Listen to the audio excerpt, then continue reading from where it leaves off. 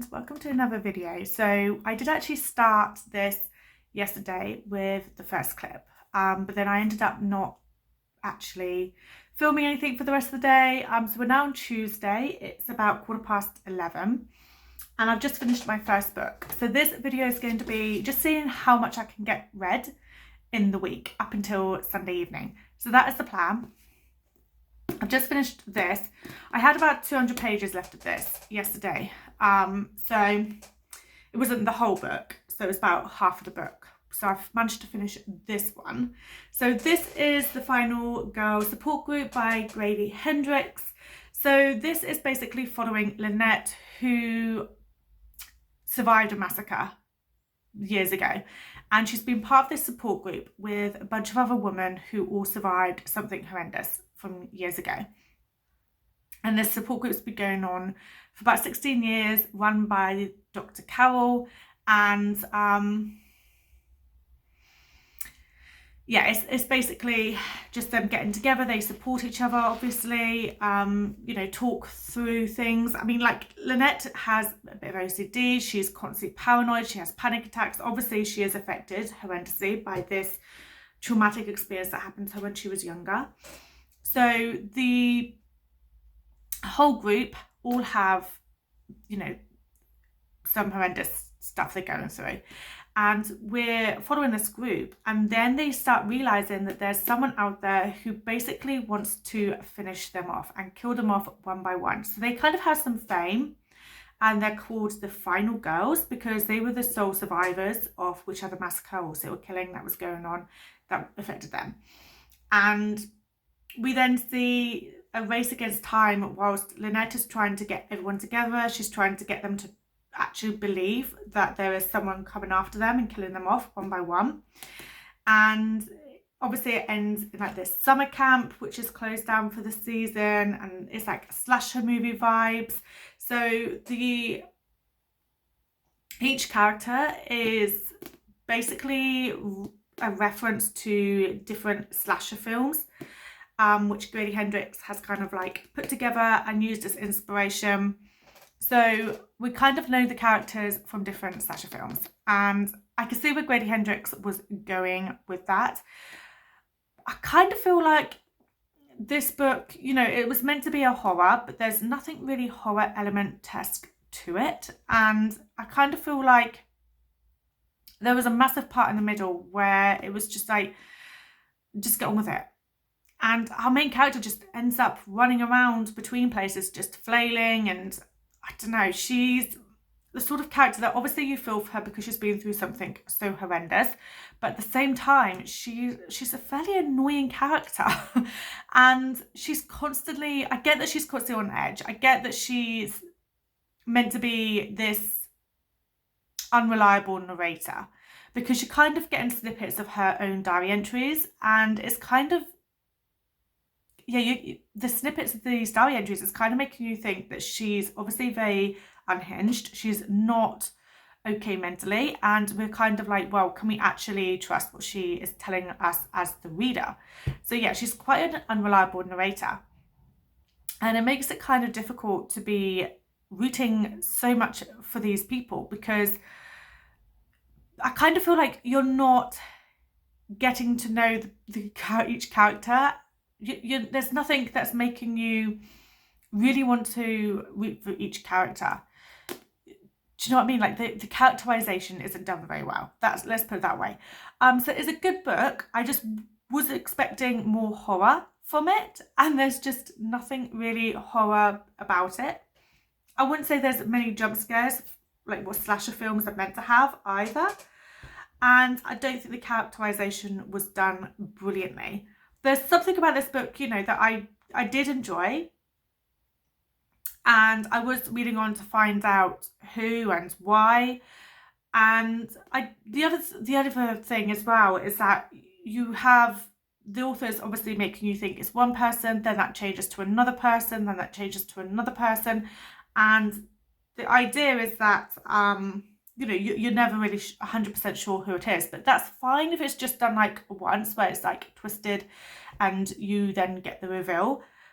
But this was done multiple times. It was constantly trying to make you think that it's someone else, and then it's someone else. And I was a bit like, oh, just get on with it now. Get to the action.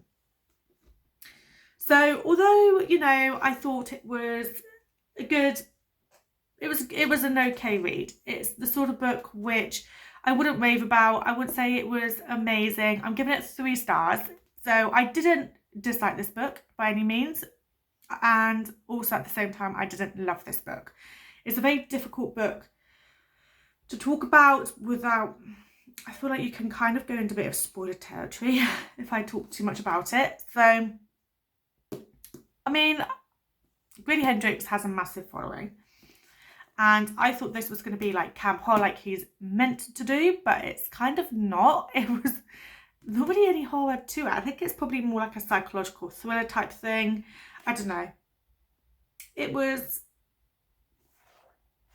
okay. I liked the, you know, the bits, mixed media between each chapter as well. I liked that sort of thing. So yeah, an okay read. So I managed to finish that one. I'm next going to start on this. So this is Silver Nitrate by Silvia Moreno Garcia, who is the author of Mexican Gothic. And Mexican Gothic I absolutely loved. So I'm hoping that I can also really love this one as well. I think this is kind of like a bit of a mystery thriller type thing. I don't know whether this is full-on horror, but it does follow some sound editor, so she's a sound editor and then a cult horror director. So I think we're going to get, you know, behind the scenes of some horror films, that sort of thing. And oh god, there's small writing in this, very small writing. It's only 315 pages. But yeah, look how small this writing is. Oh, okay. So yeah, I'm going to read this. I'm going to make a start on this. This evening I have my mum and auntie and one of their cousins coming over, and for the rest of the week I don't know what I'm doing Wednesday and Thursday. Friday going out with some friends, and then Saturday and Sunday we might have a bit of a chill weekend. I want to do like a couple of walks, you know, just get some bits and pieces done as well. I don't know, we'll see how the week goes, but I know for a fact that I am starting this next, so I'm going to get into it now.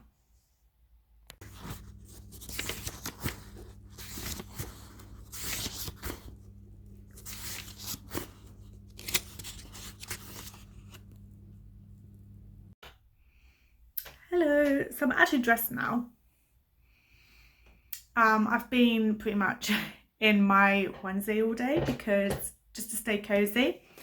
I'm only 20, what am I on? Page 28 of this, and I'm not gonna lie, it's a bit of a struggle. There's a lot of information. It's just paragraphs and paragraphs of just information dumping, overloading, all of that going on. Which I'm a bit disappointed, if I'm completely honest.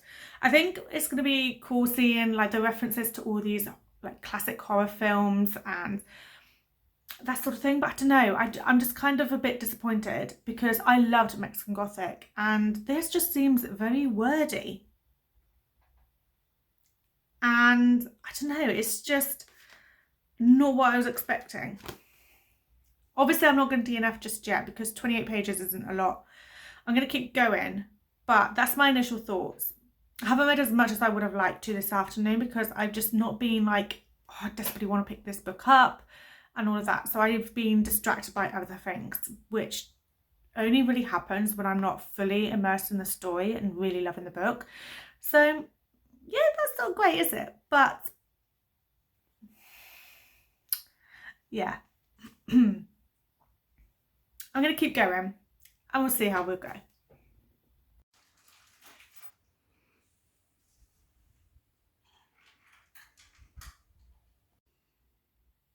Hello, so I have an update. This is a DNF. Okay, so hear me out. I got to page 63. I know that usually I try and read 100 pages of a book. I don't think I can. I literally don't think I can. There's so much information dumping with paragraphs and paragraphs of just too much information that doesn't really matter to the storyline. And the dialogue between our two main characters, it's just annoying. There's a repetition. It's just, I don't know. I don't know whether it's because, like, look how tiny this writing is. It's absolute tiny writing, and I kind of feel like, I don't know, I just can't do it. So apparently for the first, it's a massive slow burn for the first 100 pages, and then it builds up and you have a bit of horror and stuff. But I don't think I can make it to that. I literally just am bullshitless reading this book. It just, yeah, I just can't do it. And I'm gutted because I loved Mexican Gothic by this author. And I just kind of feel like I had high hopes for this, but there's nothing horror about this in the first, definitely 63 pages, but apparently it's like for more than 100 pages, it's very slow burn, very, like, nothing happening. Literally, there is nothing happening. They've met this director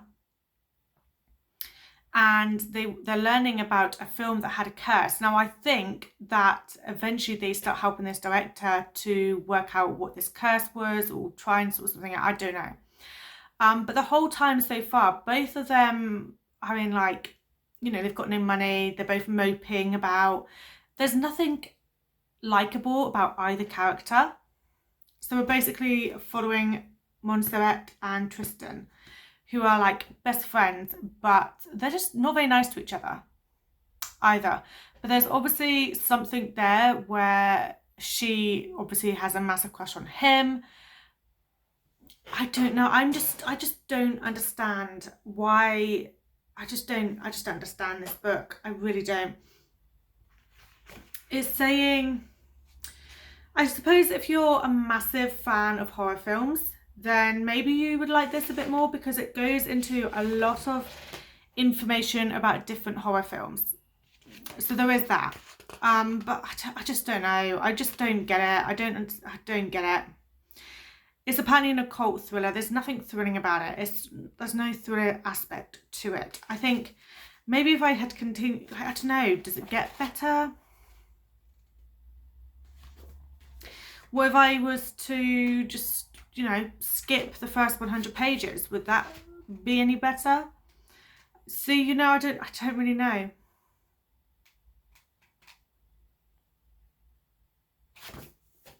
I don't know. I just can't do it. I just can't. I can't force myself to read this book. So I'm going to DNF it. And then instead, I'm going to make a start on this. So I have also got this via audiobook as well. So my plan is to start this today, and then I should be able to listen to a lot of this tomorrow whilst I'm at work, because I do have the audiobook. So I might do that. I think I'm going to start this. I also have Eric LaRocca's short novella type books. It's three short novels in one book, and I've only got one of those left to read, so I might read that one later. I don't know. I think I'm going to start this. I'm going to make a start on this. That's the plan. And yes, I'm wearing my hoodie again today because it's another work from home day. Jeez. So yeah, I'm just all comfy and cozy. This evening I need to do a food shop, and then hopefully can have a chill evening. But I've got a busy few days coming up, so I've got, yeah, plans now. Tomorrow I'm going with a friend to do a pub quiz in Christchurch. Friday I'm going out with some friends in Southbourne, which is part of Whartonworth. And then Saturday we are doing a hike, me and Paul, and then Sunday we are possibly going out for lunch with some friends over towards their way. They live Dorchester way, so we're going to head over that way. So yeah, it's going to be quite a busy remainder of the week. So I'm going to go ahead, make a start on this, see how far I get with this one. But yeah, unfortunately Silver Nitrate was a DNF. I did get 63 pages in, so I'm not going to feel too guilty about it. I tried. I gave it a go. I tried. And I'm sorry if you absolutely loved that book. Maybe I didn't give it enough time. I don't know, but it's putting me into a slump a little bit because of how boring it is. So I need to pick something else up. So I'm going to go with this one, The Haunted Hotel. This one is apparently like 3 different stories that are intertwined, and we're kind of trying to work out how the mysteries are connected by staying in this haunted hotel. So let's give it a go.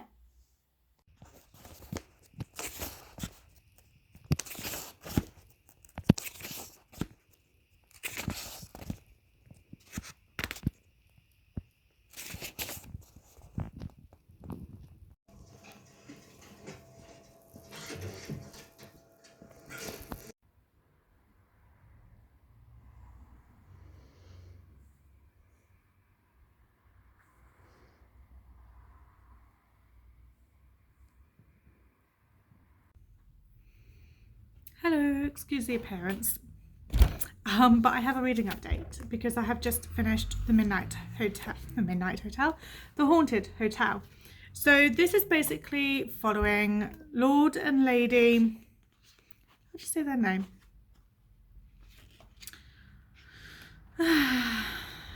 Montbarry, there we go, Montbarry. And they basically live in this house which is called like the Palace House or something. So they live in this big house, big manor house, and basically their courier disappears and Lord Montbarry passes away, and there's like this insurance payout, that sort of thing. But then they start to think something is a bit odd about both the disappearance of the courier and the death of Lord Montbarry. So anyway, the house gets turned into a hotel, and the people staying in the hotel tend to have weird ass visions. Okay, so they're seeing really creepy stuff and they're having nightmares, and it turns into a bit of a mystery, trying to work out whether Lord Montbarry had been murdered or what was going on. So yeah, there's a bit of a mystery to it. But, you know, there's a bit of like a haunting to the hotel. Although this is called The Haunted Hotel, none of the haunting actually happens until like 2/3 of the way through the story. And I kind of felt like I lost my way a little bit because there was like a really big lull and it was very boring up until it got to the haunting. And so yeah, basically 2/3 of the story, I just was not loving it in the slightest. The last bit did pick up, but then you've got a story within a story when we figure out the truth of what actually has happened. And I don't know, I wasn't loving this, and I kind of felt myself just not intrigued enough, not interested enough. I kind of feel like there could have been more about the house and then more about the hotel, like to really get like the gothic atmosphere, like really work on the atmosphere. I also kind of feel like the characters just weren't, you know, they weren't likeable anyway, which would have been fine, but they weren't fleshed out enough. So you didn't really get to know the characters a whole lot either. Obviously, this is a short story in a way. I mean, it's, what is it, 226 pages? So it's not a massive story. Like, it's not a novel. But I kind of feel like there was more description in regards to both the house and the hotel, then I think this could possibly have been a much better read for me. But as it were, as it is at the moment, I just kind of feel like it was a bit dull. You know, it's a bit dull. So I didn't love it. It was okay. I don't know whether it's going to be 2 or 3 stars. I can't think. I think I will probably just sit on that and then decide at a later time whether it's going to be 2 or 3 stars. But yeah, it just wasn't like a loving, like a love. I didn't love it, is what I'm trying to say.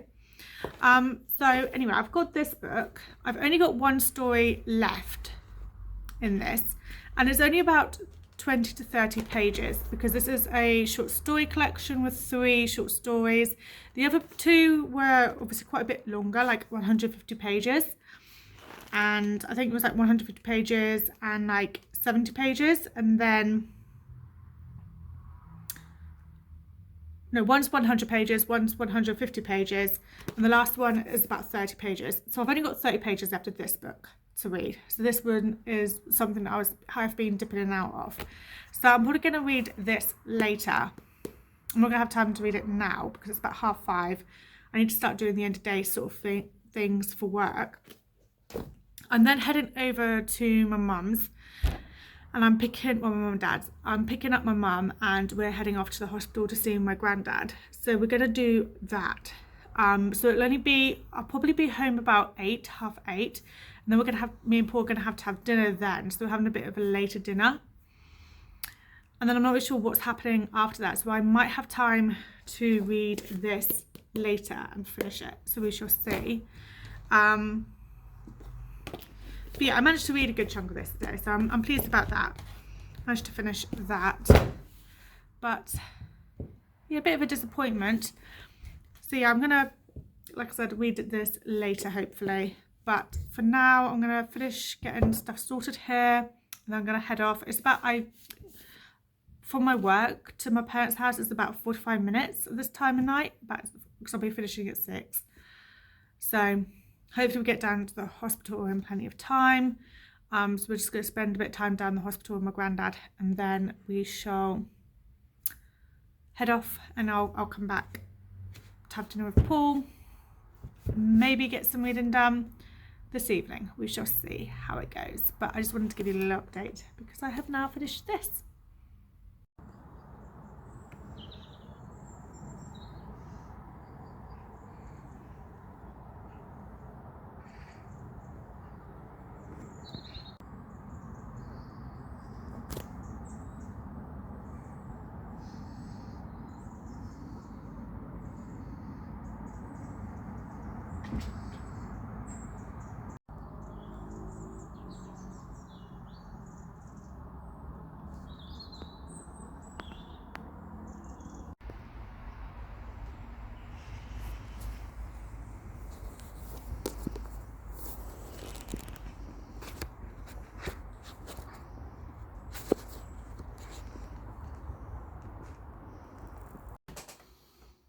Hello. So I have just spent some time sat in the garden whilst it's all foggy, reading the last story in this book. So I've finished this book now. This is by an author, Eric LaRocca, who writes horror. And this is 3 short novellas in one. And the theme for all 3 is about how as humans, we have this need, this constant need to connect, to find some sort of connection with someone or something. So you've got 3 stories. The first one is Zoe and Agnes, and I think it's Zoe that's selling something and Agnes is buying it, so they start messaging to each other, and then the whole thing is about Agnes persuading Zoe to do all of these like horrendous things, and Zoe doing it because she has this massive need to get Agnes to love her and so want to be with her, and she's just constantly doing anything and everything to get some sort of validation from Agnes. And it's quite a scary thought, really, like how far she goes. It's horrendous, but how far she goes just to get some sort of connection with Agnes is, yeah, not nice. Then the second story is following a couple. So we've got husband and wife. Their son, when he's like 16, 17, commits suicide, and they decide to go off to this remote island. They're going to work there for a time to basically reconnect their relationship. So Olive, who is the mother and the wife, she basically is desperate to reconnect with her husband and sort out their marriage because it's going a bit downhill. And she was also, you know, has a fixation on her faith as well. And whilst they're on this remote island, this bloke turns up, and just a complete strange bloke just turns up on the island, and it all gets a bit very odd and weird and creepy. And yeah, you're starting to see how bizarre Olive really is as well. And yeah, there's a lot going on with this story. And then the third story is only short, but I kind of feel like probably had like the biggest meaning to it. So you're following Mr. Fowler, and he has this neighbour who he hasn't really spoken to in the last 5 years that he've lived in the property. And he gets basically, something gets left for him to follow to get into this neighbour. And when he's with the neighbour, he gets given some bets, and it's like, oh, you'll get this amount of money and this sort of thing. And the whole idea is that he would do anything that the neighbour says just to kind of get in this neighbour's good books. Kind of, he's got this fear of just coming across rude, and he just wants to stay in the good books with this neighbour. And he just basically wants to maintain some sort of connection with the neighbour. So yeah, he goes to extreme lengths to try and get in the good books of this neighbour. It's really, really weird. But there's like a lot of lines in that story that are just perfect. Like, you learn a few things from that story. Let's put it that way. So he basically, they're basically just saying that, people will do whatever it takes to stay polite and all of that. It's a very clever way of doing it. I mean, the author's done an amazing job with each of these stories to make you think and to make you realise, that us as humans, we have this thing buried in our brain where we just will do absolutely anything to stay in the good books of someone. Even if we're not too happy about doing it ourselves, we end up still doing it, which is really bizarre. But it's just something in our brains that makes us want to have this connection constantly, makes us want to, not have someone think bad of us and all of that. So I think it was very cleverly done. I wouldn't say that there's something amazing about each story, because especially the first one, there were some scenes where I was a bit like, this is starting to sound a bit too much for me. And I was struggling a little bit with the first one because it was very out there and it didn't hold back on certain descriptive scenes. And yeah, it was not the nicest. But yeah, I think it's very cleverly done, this book. I reckon it's going to be 3 or 4 stars. I reckon 4 stars. I think I'm going to give it 4 stars, actually. 4 stars. Because I could see what the author was doing with this. And usually I'm not a big fan of short stories. But this was good. Very good. Yeah, I could see. Yeah. Do you know what? I don't know. I just liked it. I liked it. Very cleverly done. I'm going to now get ready because I'm working in the office today. So I need to go and get dressed, and I'm going out this evening. But I'll do my makeup when I'm at work, like later on before I finish. I do need to do something with my hair. But I don't know whether I'm actually going to be reading today, because I don't know when my colleague is staying all day. If she is, then we tend to, once we've done all of our work, we tend to watch some like creepy, like abandoned houses and asylums and things like this, and ghost hunting type videos to creep ourselves out. So we'll probably be doing that instead. But if she does go home, then that means I'm going to make a start on Hell House. Is it Richard Matheson is the author, I think? I may have got that all wrong. But yeah, so I'm going to be reading Hell House next. So I don't know whether I'm going to be reading today or not, but at least I managed to finish this morning. So I thought I'd do a little update for that.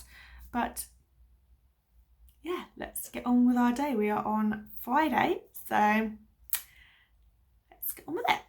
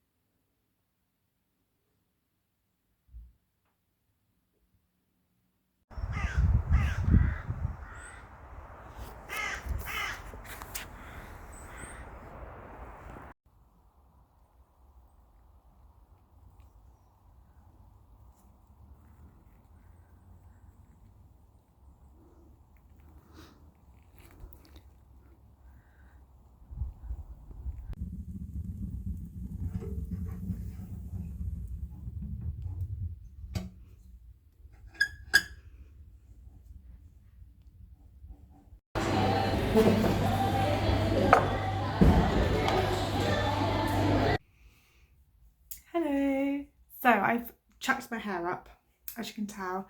I've put on a bit cozier pyjamas because it's now Sunday evening, so it's time to cozy on up, finish this week off. It's back to work tomorrow. You know, have a cozy Sunday evening, which I tend to try and do most Sundays. So let's wrap up this video as well. So the whole idea of this video was to see how many books I could read in a week, and it obviously was horror themed. So these are the books. So we finished off the final girl support group by Grady Hendrix. It was an okay read. Obviously we were following Lynette, who survived a massacre years before, and she's part of a support group with a bunch of these other women who have all had to deal with something horrendous that's happened to them in the past, and they soon realise that they are getting killed off, and that there is someone out there going after the support group. I'm not 100% certain about this book. It was an okay read. I think I gave it 3 stars in the end, because it was a bit of like more of like a slasher, but I was expecting this to be proper horror. There was nothing really out there scary, and I kind of feel like the reveal was a bit of a letdown, in my opinion. I wasn't pleased about who was actually going after them and the reason for it. So yeah, I ended up giving this 3 stars.